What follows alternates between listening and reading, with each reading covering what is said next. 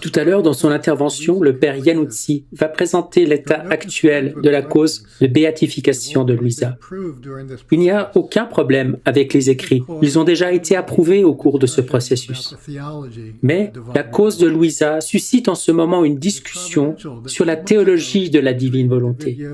Il est providentiel qu'il y a 2 mois, nous ayons créé une vidéo à propos des 6 principaux malentendus concernant la divine volonté, car la discussion semble tourner autour de certains des sujets mentionnés dans cette vidéo.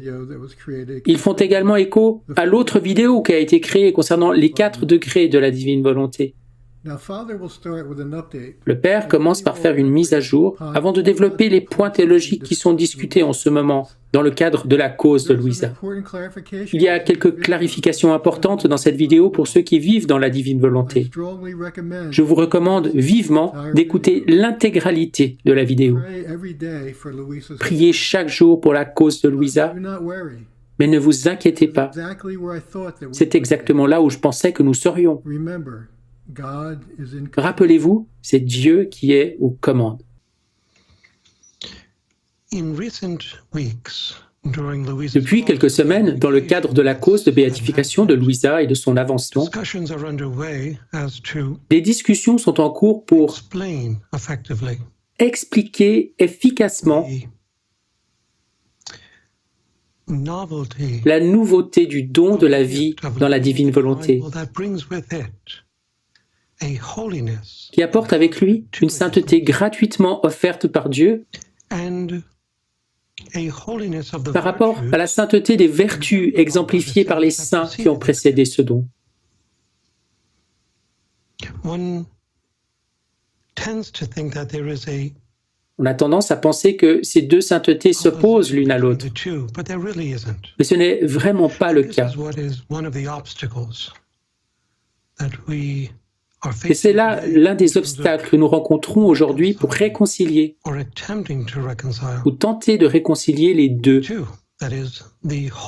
c'est-à-dire la sainteté des vertus exemplifiées par les saints avant l'effusion de ce don de la vie dans la divine volonté et la sainteté du don gratuit de Dieu de la vie dans la divine volonté. Autrement dit, il semble y avoir un malentendu de la part des lecteurs des écrits de Louisa qui se laissent gagner par l'idée erronée que la sainteté des vertus n'a plus d'importance, parce que maintenant, nous avons un nouveau don qui supplante les vertus. Mais ceci est faux. C'est un argument théologique sans fondement qui nécessite, naturellement, une explication théologique. La seule façon de faire avancer la cause de Louisa à ce stade, à mon avis, c'est que des explications théologiques soient données qui expliquent efficacement non seulement comment ces doctrines sont cohérentes avec non seulement 2000 ans de théologie patristique et scolastique, mais aussi comment le don de la vie dans la divine volonté ne supprime pas l'importance ou l'exercice des vertus chrétiennes. Et cette fausse dichotomie, à savoir un don contre les vertus, a malheureusement été promue pendant de nombreuses décennies. Je suis sûr que ceux d'entre vous qui m'écoutent ont déjà rencontré la déclaration, l'enseignement ou la notion selon lesquelles, puisque le don de la vie dans la divine volonté est le plus grand de tous les dons, il surpasse même celui du mariage mystique. Ceux qui ont reçu ce don ne sont plus tenus d'atteindre le mariage spirituel, ou ne sont plus tenus d'exercer les vertus qui ont mené certains jusqu'au mariage spirituel.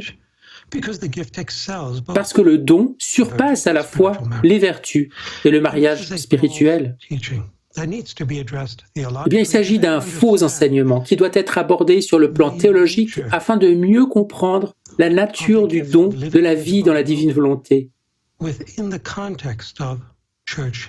le contexte de l'enseignement de l'Église et de la théologie spirituelle.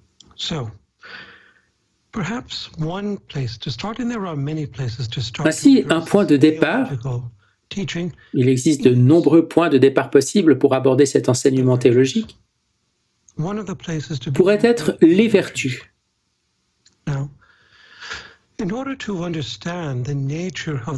Pour comprendre la nature du don de la vie dans la divine volonté, il faut nécessairement comprendre la nature des vertus chrétiennes, car nous ne pouvons pas recevoir le don de la vie dans la divine volonté sans l'exercice des vertus chrétiennes.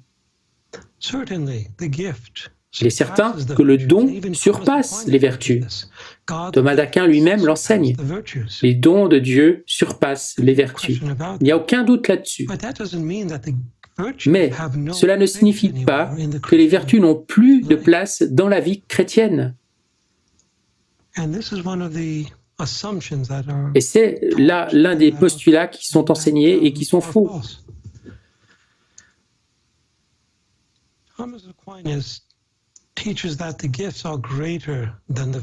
Saint Thomas d'Aquin enseigne que les dons sont supérieurs aux vertus dans la mesure où ils sont des infusions gratuites de Dieu, alors que les vertus s'acquièrent, non pas par infusion ou immédiatement, mais par la répétition d'actes bons habituels. Avant d'aborder les enseignements de l'Aquinate, commençons par les bases. Revenons à la source, à la sainteté des vertus chrétiennes, qui nécessite une attention particulière. D'accord? Jésus dit à Louisa, dans le Livre du Ciel au volume 22, dans la fête de l'Assomption 1927, c'est mon habitude de demander de petits sacrifices, que l'âme se prive d'un plaisir, d'un désir, d'un petit intérêt, d'une vanité, ou qu'elle se détache de quelque chose qui semble ne faire aucun mal.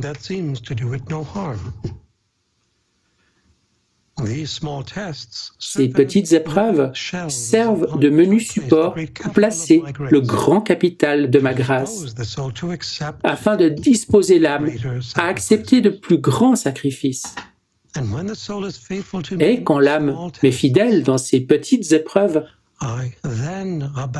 alors je lui donne la grâce en abondance et lui demande de plus grands sacrifices pour donner avec encore plus d'abondance jusqu'à réaliser des prodiges de sainteté. Combien de sainteté commence par un petit sacrifice? Et combien de créatures, en m'ayant refusé un petit sacrifice, pensant que ce n'était rien, sont restées rachitiques dans le bien, peu capables de comprendre, faibles pour marcher sur le chemin qui mène au ciel. Ici, le Seigneur souligne donc l'importance des petits sacrifices qui conduisent à de plus grands, qui conduisent à une plus grande effusion de grâce et de dons. Vous voyez, la progression de l'âme dans les vertus commence par la grâce de Dieu, par un petit sacrifice. Quand une âme offre un petit sacrifice, il s'agit de la vertu de mortification. Que ce soit l'abstinence, le jeûne ou un renoncement, c'est une vertu. Et la progression de l'âme dans les vertus commence par l'invitation de Dieu à offrir un petit sacrifice. Par sa grâce, Dieu inspire et invite l'âme à offrir de petits sacrifices comme gage de sa fidélité et de son amour. Plus l'âme fait preuve de fidélité dans ses petits sacrifices et ses petites épreuves, plus la grâce de Dieu s'accroît en elle afin de faciliter son exercice de la vertu et augmenter sa capacité à de plus grands sacrifices et de nouvelles conquêtes. Et les premiers sacrifices de l'âme demandent davantage d'attention que les plus grands sacrifices qui suivent. Car les petits sacrifices disposent l'âme à de plus grands sacrifices que Dieu met à profit pour faire d'elle un prodige de sainteté.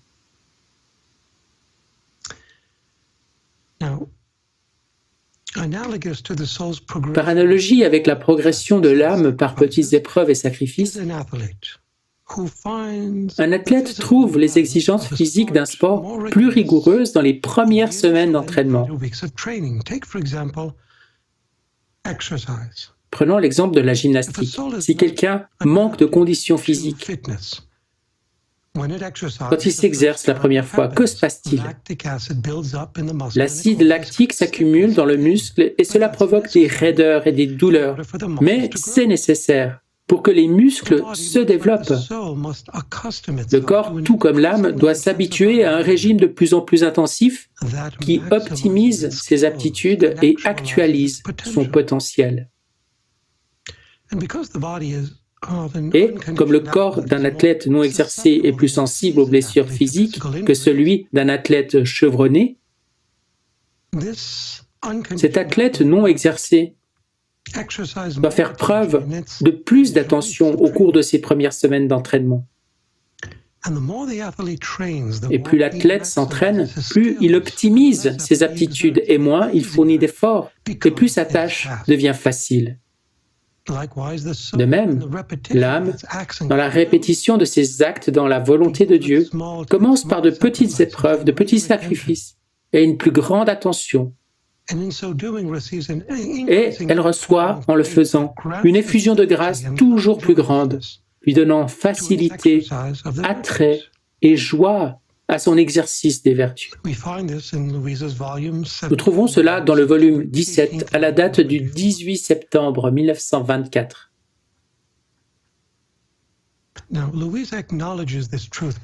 Louisa reconnaît cette vérité lorsqu'elle raconte que plus l'âme avance sur le chemin des épreuves et des difficultés,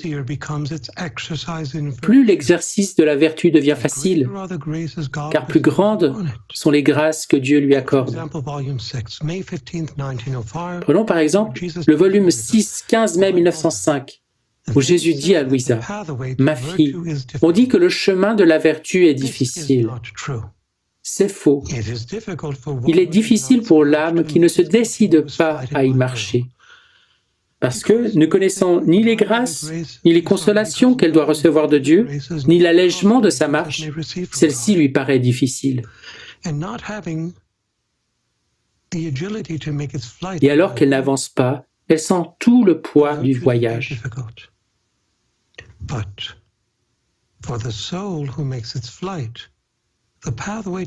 Mais pour celui qui marche, c'est très facile, parce que la grâce qui l'inonde la fortifie, la beauté des vertus l'attire, et moi, l'époux divin des âmes,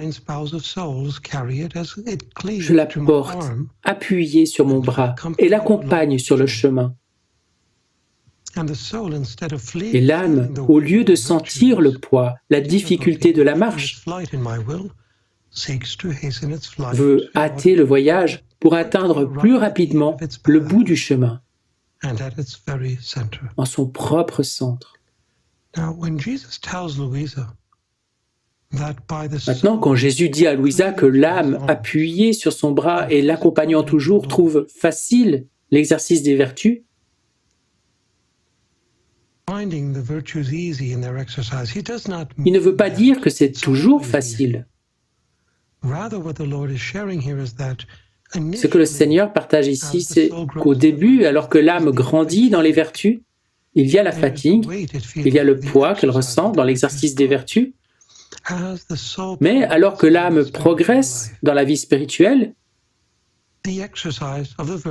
l'exercice des vertus devient comme une seconde nature pour l'âme, comme respirer, comme marcher, comme parler. Elle n'a plus besoin de s'exercer. Cela vient naturellement.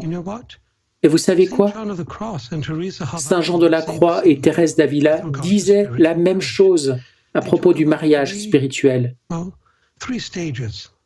Ils parlent de trois étapes, 3 niveaux de croissance. Saint Jean appelle ces 3 étapes la purification, où l'exercice des vertus est difficile, et l'âme doit être purgée, comme l'or dans le feu, et c'est douloureux. Mais de la purgation ou de la purification, l'âme avance ensuite vers l'illumination. Maintenant, elle commence à comprendre pourquoi Dieu conduit l'âme à travers ce creuset de souffrance et à travers l'exercice parfois ardu des vertus. Et ensuite, après l'illumination, l'âme en arrive au point de l'union avec la volonté de Dieu, où l'exercice des vertus devient comme une seconde nature pour l'âme. Et l'âme commence à désirer la souffrance, le sacrifice, parce qu'elle voit, grâce à l'illumination, le but de la souffrance et du sacrifice, la valeur de la souffrance et du sacrifice. Elle voit que toute souffrance que l'âme endure est intrinsèquement liée, intimement liée, invariablement liée à la croix du Christ qui sauve les âmes et les purifie. Et voyant que ces souffrances contribuent à sauver des âmes de l'enfer, à augmenter la gloire des bienheureux et des anges dans le ciel, et de toute la création, elle commence à vouloir sauver davantage d'âmes par la souffrance.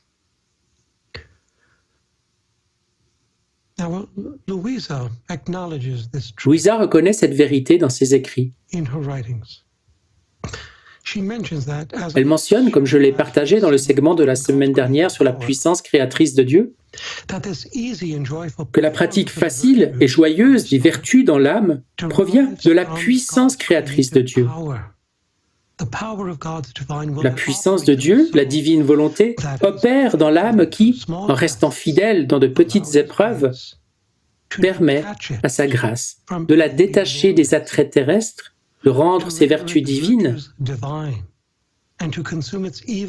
de consumer ses mauvaises tendances et d'enlever l'origine du mal et le germe de la corruption. Or, ce détachement des attraits terrestres est absolument indispensable pour que l'exercice des vertus devienne et apparaisse facile. Avec le détachement, les vertus sont très faciles à pratiquer pour l'âme. Lorsqu'une âme est attachée de manière désordonnée aux choses terrestres, les vertus sont très ardues à exercer. Et il en va de même, par analogie, pour un athlète.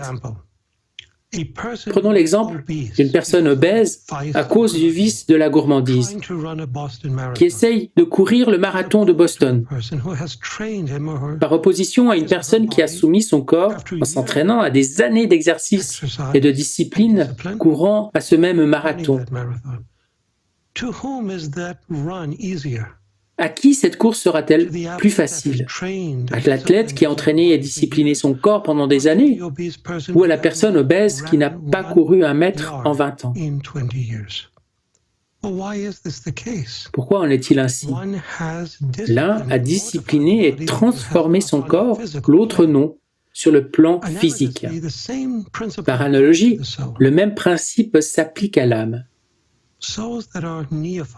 Les âmes qui sont néophytes, qui ne maîtrisent pas les vertus, trouvent l'exercice des vertus très difficile, et elles le doivent, parce qu'elles ne se sont pas suffisamment entraînées, mortifiées et disciplinées par de petites épreuves qui mènent à de plus grandes épreuves et à des sacrifices.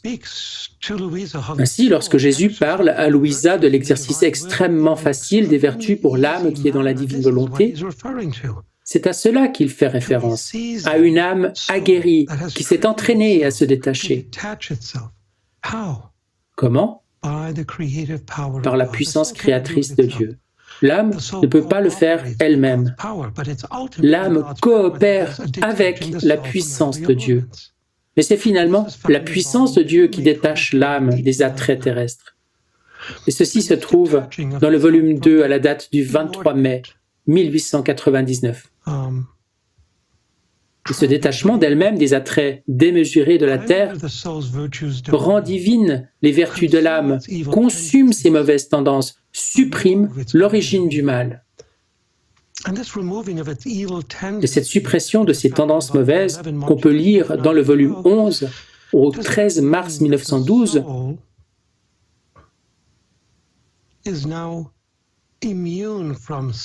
ne signifie pas que l'âme soit maintenant à l'abri du péché, rendue parfaite en grâce, confirmée en grâce. Pourquoi? Parce que cette confirmation et cette perfection dans la grâce, au sens absolu du terme, n'ont lieu qu'avec la vision béatifique, où l'âme ne peut plus pécher. Tant que nous sommes sur la terre, nous pouvons toujours pécher. La Vierge Marie, bien que conçue sans péché, aurait pu pécher à tout moment de sa vie, durant toute son existence terrestre, jusqu'au moment où elle est morte et a été assumée au ciel. Il en est allé de même pour Louisa. Et c'est la même chose pour nous. Mais les tendances mauvaises peuvent être consumées dans la grâce de Dieu. Vous voyez, la consomption des mauvaises tendances n'implique pas une impeccabilité absolue sur terre, comme certains ont pu faussement le supposer, rendant problématique la compréhension de la doctrine de Louisa et faisant obstacle à l'avancement de sa cause. La consomption des mauvaises tendances signifie que l'âme est fondée, stable, enracinée, ancrée dans la grâce de Dieu, à tel point qu'elle préférerait mourir plutôt que de commettre un seul péché délibéré, non pas qu'elle ne puisse pas commettre de péché, elle en a la capacité, mais qu'elle préférerait ne pas le faire. Voilà ce que signifie la consomption des mauvaises tendances.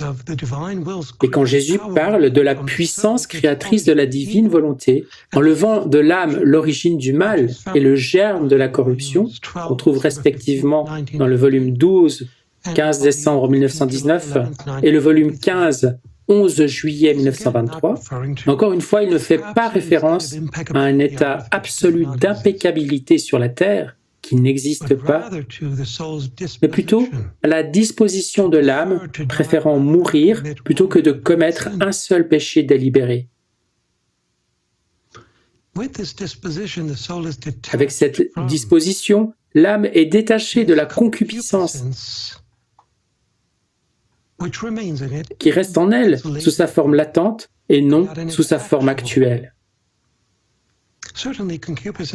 Certes, la concupiscence est toujours là, de manière latente, toujours en nous, dans sa potentialité.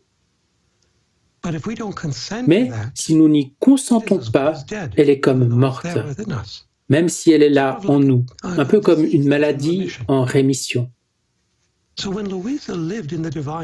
Ainsi, lorsque Louisa vivait dans la divine volonté, lorsque Jésus a dit qu'elle n'avait plus de mauvaises tendances en elle, qu'elle était détachée des attraits terrestres, que l'origine du mal n'était pas présente en elle, que le germe de la corruption n'était pas là, il ne disait pas qu'elle vivait dans un état d'impeccabilité absolue. Absolument pas, ce serait une hérésie.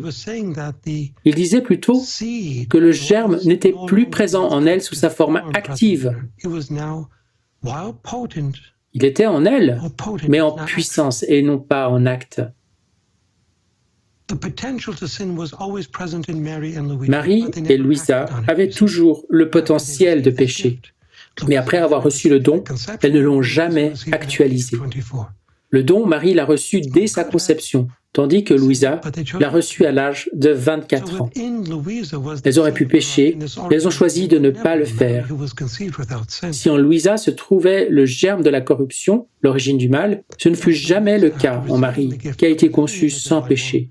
Mais Louisa, après avoir reçu le don de vivre dans la divine volonté, ne s'est jamais engagée dans cette tendance au mal, n'a jamais actualisé le germe de la corruption, l'origine du mal en elle. Sans la puissance créatrice de Dieu qui rend divines les vertus de l'âme, les vertus ne s'acquièrent pas sans épreuve ni sans fatigue. Et elles ne peuvent être exercées, comme Jésus le dit à Louisa, en toutes circonstances et en tout lieu, ni de façon continue. Nous parlons donc ici de deux choses. Premièrement, la puissance créatrice de Dieu, la volonté divine, met en rémission, pour ainsi dire, toutes les mauvaises tendances, l'origine du mal, le germe de la corruption et l'attachement aux attraits terrestres, toutes choses avec lesquelles nous sommes nés. Elle ne les détruit pas, elle les met en rémission, dans un état perpétuel de rémission. Seule la vision béatifique les détruit définitivement. Ainsi, l'âme au purgatoire doit être purifiée de cette origine du mal, du germe de la corruption, de sa tendance mauvaise, de son attachement aux attraits terrestres. En entrant au purgatoire, ceux-ci ne sont pas complètement détruits, ils le seront seulement avec la vision béatifique. au purgatoire, ils sont détruits progressivement. C'est le but du purgatoire. Et c'est la puissance créatrice de Dieu qui les purge et les détruit par un processus qui s'avère douloureux. Mais c'est la puissance créatrice de Dieu qui rend les vertus de l'âme divines, que ce soit au purgatoire ou sur terre, pour les âmes qui vivent dans sa divine volonté. Et c'est la première partie que je voulais partager avec vous. La seconde partie est que la puissance créatrice de Dieu fait des vertus chrétiennes des vertus divines. Et que sont donc ces vertus divines? Saint Thomas d'Aquin les appelle des vertus angéliques. Ces vertus divines peuvent être exercées en toutes circonstances et en tout lieu, même lorsqu'une personne est en train de dormir. Pourquoi? Comment cela est-il possible? Si les vertus chrétiennes ne peuvent être exercées que par l'exercice délibéré et consciencieux de l'intellect, de la mémoire et de la volonté, comment l'âme peut-elle, pendant le sommeil, exercer ces vertus? Parce que celles-ci ne sont pas seulement chrétiennes, mais elles sont maintenant divines.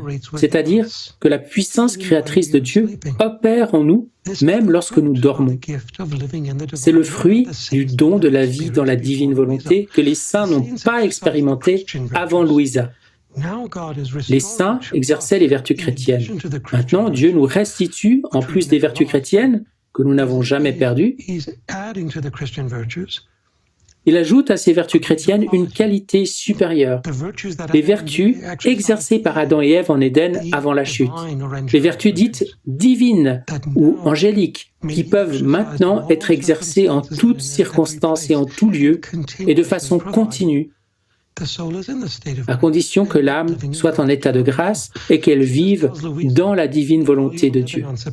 Jésus dit à Louisa dans le volume 11, le 25 septembre 1913, « Ma fille, je devais rendre la sainteté facile et accessible à tous, en toutes conditions, en toutes circonstances et en tout lieu, à moins, bien sûr, que l'âme ne le veuille pas. » Et il lui dit la même chose dans le volume 28, le 4 juillet 1930. Beaucoup d'entre nous, nous désirons ce don par toute notre vie, de tout notre cœur, notre esprit, notre corps, notre âme, et de toute notre force, comme il se doit. Mais certains d'entre nous ont tendance à minimiser l'importance des vertus chrétiennes. Alors Jésus a dû, même à Louisa, lui rappeler l'importance d'exercer les vertus chrétiennes.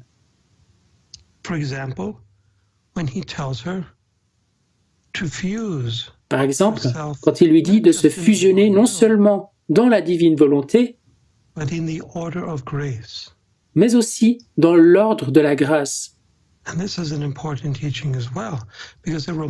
Et ceci est un enseignement important parce que cela nous rappelle aussi l'importance des vertus chrétiennes. Je vais donc partager avec vous ce passage du Livre du ciel. Celui-ci se trouve dans le volume 17 à la date du 17 mai 1925.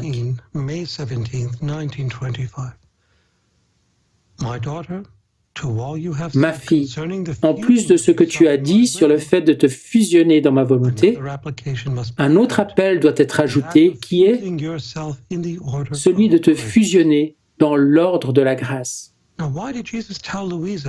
Pourquoi Jésus dit-il à Louisa qu'en plus de se fusionner dans sa volonté, elle ne doit pas oublier de se fusionner dans l'ordre de la grâce? Parce qu'il ne peut y avoir de don de la vie dans la divine volonté sans l'exercice des vertus chrétiennes dans l'ordre de la grâce. Et cela fait écho avec ce que saint Hannibal a écrit un jour à Louisa dans une lettre. Et je crois que cette lettre date du 30 août 1926.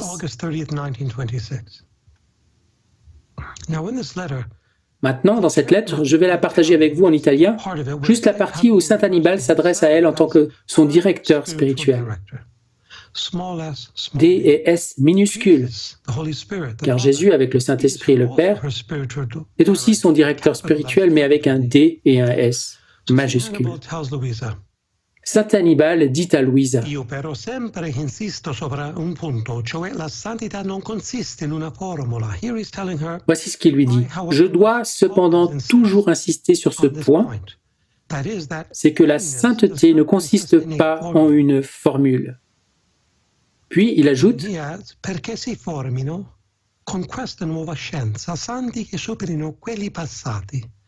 Bisogna che i nuovi santi abbiano pure tutte le virtù in grado eroico dei santi antichi, dei confessori, dei penitenti, dei martiri, degli ancoriti, dei vergini, eccetera. Il lui dit ici, je vous le traduis, afin de former, avec cette nouvelle connaissance de la vie dans la divine volonté, des saints qui puissent surpasser ceux du passé. Les nouveaux saints doivent aussi avoir, et à un degré héroïque, toutes les vertus des saints anciens, des confesseurs, des pénitents, des martyrs, des vierges, des anachorètes, etc. Laissez-moi vous répéter cela. Saint Hannibal dit à Louisa: je dois cependant insister sur ce point que la sainteté ne consiste pas en une formule. Afin de former, avec cette nouvelle connaissance de la vie dans la divine volonté, des saints qui puissent surpasser ceux du passé, les nouveaux saints doivent aussi avoir toutes les vertus et à un degré héroïque. Maintenant, pour souligner davantage cette vérité que saint Hannibal enseigne, certaines personnes peuvent penser « c'est l'opinion d'Hannibal, peut-être qu'il avait tort ». Eh bien, il n'avait pas tort. Non seulement c'est un saint, mais ses paroles sont confirmées par Jésus-Christ. Je vais vous montrer ce passage aussi. Jésus corrobore avec des mots différents le même enseignement qu'Hannibal vient de partager avec Louisa.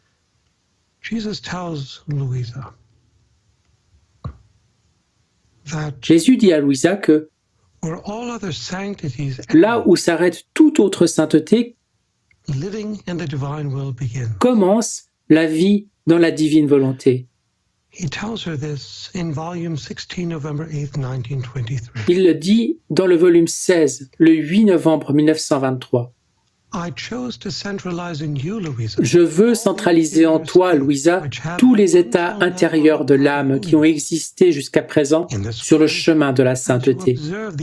Et tandis que tu observes les pratiques ascétiques de ces états intérieurs, les faisant passer dans ma volonté, je leur donne leur accomplissement, je les couronne, et en les embellissant, je les scelle de mon sceau. Tout doit trouver son accomplissement dans ma volonté.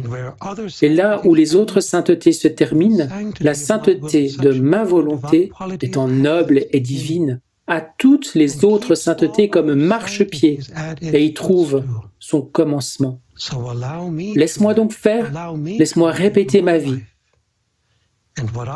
Et ce que j'ai fait dans la rédemption avec tant d'amour, maintenant, je veux le répéter en toi avec plus d'amour encore, afin d'établir en toi le début du don de la vie dans ma volonté et que ces lois soient connues. Maintenant, ce que je veux souligner ici, c'est le début de ce passage du 8 novembre 1923.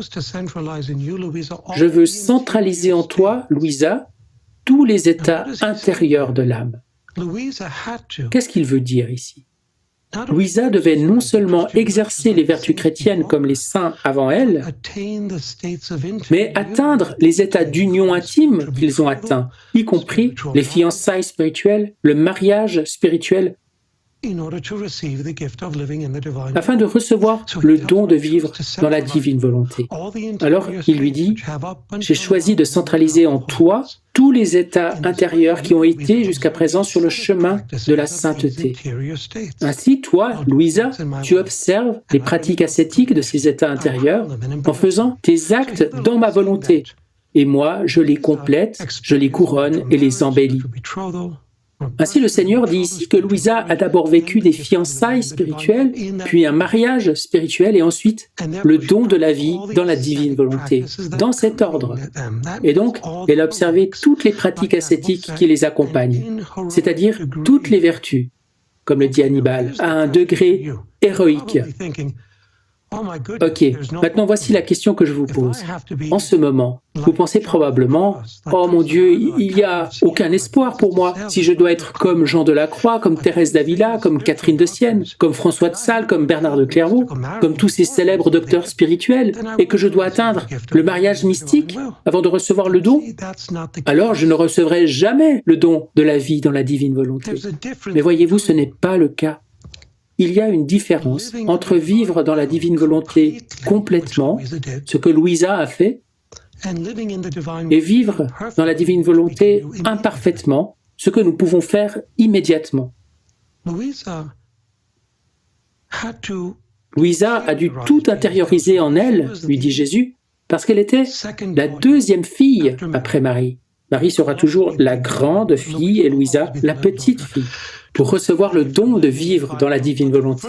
Mais la première créature conçue dans le péché à le faire, elle, Louisa, a dû, par la force des choses, intérioriser par l'œuvre de Dieu en elle, par la puissance de Dieu, tous les états intérieurs d'union mystique avec Dieu. Nous n'avons pas à le faire, nous, parce que nous ne sommes pas la deuxième fille. C'est elle qui le fait, Louisa.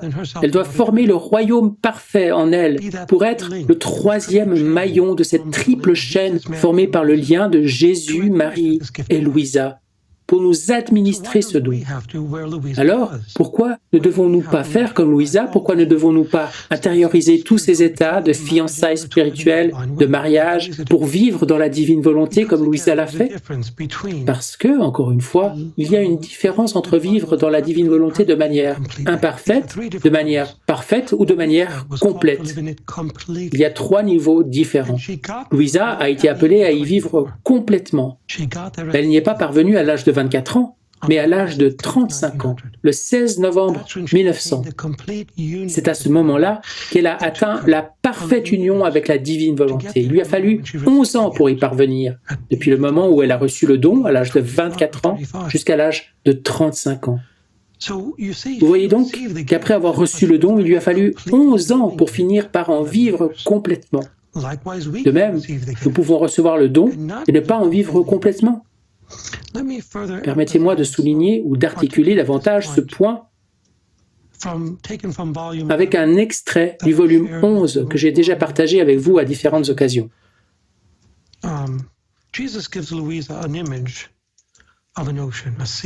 Jésus donne à Louisa l'image d'un océan, d'une mer, où elle ne précise pas quels sont les objets qu'elle voit dans la mer.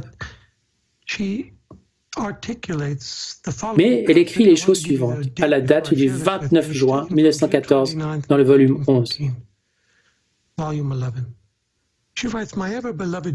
Mon toujours aimable Jésus vint et me dit, « Ma fille bien-aimée, as-tu vu cela ?»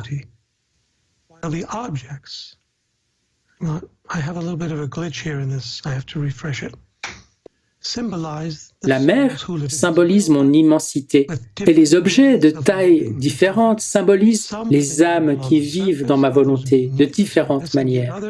Certaines à la surface, d'autres plus profondément et d'autres complètement perdues en moi. Cela en fonction de qui vit dans ma volonté, certaines imparfaitement, d'autres plus parfaitement et certaines au point d'être complètement perdues dans ma volonté. Vous voyez donc ici que Louisa n'a pas atteint le point de se perdre complètement dans la divine volonté avant l'âge de 35 ans. Mais pourtant, elle a reçu le don, et donc la capacité d'avoir un impact sur toutes les créatures par chacun de ses actes et d'exercer les vertus de manière continue, en toutes circonstances et en tout lieu, même en dormant, avant même de vivre complètement dans sa volonté. Nous pouvons donc recevoir le don de vivre dans la divine volonté immédiatement, à condition d'être en état de grâce et de le désirer avec une intention droite et un désir inébranlable. Il n'y a pas de formule pour recevoir le don, comme l'a dit Hannibal, mais nous devons exercer les vertus chrétiennes comme le faisaient les saints du passé. Et plus nous offrons de petites épreuves, de petits sacrifices, et exerçons les vertus de petites manières, plus Dieu augmente ses vertus par sa grâce en nous, et puis il nous dispose à de plus grandes conquêtes, de sorte que nous progressons d'une manière imparfaite de vivre selon la volonté de Dieu, à une manière plus parfaite par l'exercice des vertus chrétiennes qu'avec le temps Dieu divinise en nous, venant ainsi des vertus divines. Et plus ces vertus chrétiennes deviennent divines, plus nous exerçons un impact sur toute la création. Plus nous partageons la lumière dans toute la création, embellissant la création, augmentant la gloire accidentelle de toute la création. Nous devons donc garder à l'esprit que la vie dans la divine volonté ne supprime pas les vertus chrétiennes. Au contraire, elle les perfectionne, elle les embellit. Comme dans ce passage de Jésus à Louisa que je viens de vous partager et que je vais relire maintenant en partie, juste pour vous rappeler l'importance de la complémentarité des vertus chrétiennes et du don de la vie dans la divine volonté. Encore une fois donc, Jésus dit à Louisa, « Tandis que tu observes les pratiques ascétiques de ces états intérieurs, les faisant passer dans ma volonté, je leur donne leur accomplissement, je les couronne, et en les embellissant, je les scelle de mon sceau. » Ici, le Seigneur dit qu'il ne supprime pas les vertus chrétiennes, le mariage spirituel ou les fiançailles spirituelles que les saints ont connues auparavant. Il dit, je suis plutôt en train de les embellir, de les couronner, de leur donner mon sceau.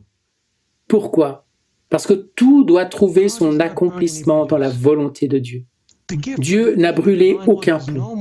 Le don de la vie dans la divine volonté ne supprime pas davantage les vertus chrétiennes que les saints ont exercées avant Louisa, que le Nouveau Testament ne supprime l'Ancien Testament.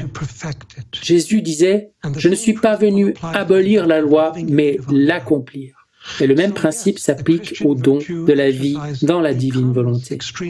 Donc oui, l'exercice des vertus chrétiennes devient extrêmement facile pour ceux qui deviennent expérimentés dans l'exercice des vertus et qui vivent dans la divine volonté. Maintenant, les vertus ne sont pas exercées, disons, en tant que première étape. Et puis Dieu nous donne ensuite le don de la divine volonté en tant que deuxième étape. Ce n'est pas ainsi que cela fonctionne. Au contraire, ces deux réalités sont entrelacées. L'exercice des vertus chrétiennes et la réception du don de la vie dans la divine volonté sont contemporains. Ainsi, nous pouvons en état de grâce désirer la volonté de Dieu d'un désir ferme et avec une intention droite et la recevoir immédiatement en la vivant de manière même imparfaite. Et par nos pensées, nos paroles et nos actions, nous pouvons impacter immédiatement toute chose créée de tous les temps et nous pouvons exercer les vertus de manière continue, d'une manière même imparfaite. Mais à mesure que nous avançons dans l'exercice des vertus chrétiennes, sous l'action de l'Esprit Saint et de la puissance créatrice de Dieu, et dans la mesure où nous continuons à fréquenter les sacrements, à prier avec constance chaque jour, Dieu augmente en nous ces vertus chrétiennes qui deviennent des vertus divines. Elles deviennent exercées d'une manière plus parfaite, puis héroïque. Et tandis que Dieu élève ces vertus exercées, les faisant passer de simples vertus chrétiennes à des vertus divines, Dieu augmente aussi en nous la vie de sa volonté, étendant en nos âmes et dans notre volonté le royaume de sa divine volonté, qui contient les actes de toutes les créatures. Ainsi, en continuant à exercer les vertus chrétiennes, nous faisons nos rondes dans la création, nous faisons notre acte préalable, nous méditons les heures de la passion, nous faisons nos actes actuels, mais les vertus chrétiennes ne doivent pas être négligées, bien au contraire. Dieu les embellit en nous, les perfectionne, les scelle de sa propre volonté, les rendant ainsi divines, au point que nous sommes passés d'une manière imparfaite de vivre dans sa volonté à une manière parfaite, et enfin à une manière complète. Et c'est pour ces personnes qui vivent dans sa volonté de manière complète que l'exercice des vertus devient extrêmement facile. Voyez-vous, leur exercice n'est pas facile pour les personnes qui commencent ce chemin. Il est facile pour les personnes expérimentées comme l'était Louisa. Et Dieu nous appelle tous à vivre dans cette étape complète de sa volonté. Et alors que nous avançons dans cette fin des temps, puisse Dieu continuer à vous protéger et à vous donner sa grâce, et qu'il vous garde toujours en vie dans sa volonté. Au nom du Père et du Fils et du Saint-Esprit. Amen. Merci d'avoir visionné cette vidéo. Merci de liker et de vous abonner afin de nous aider à promouvoir la divine volonté. Et que Dieu vous bénisse.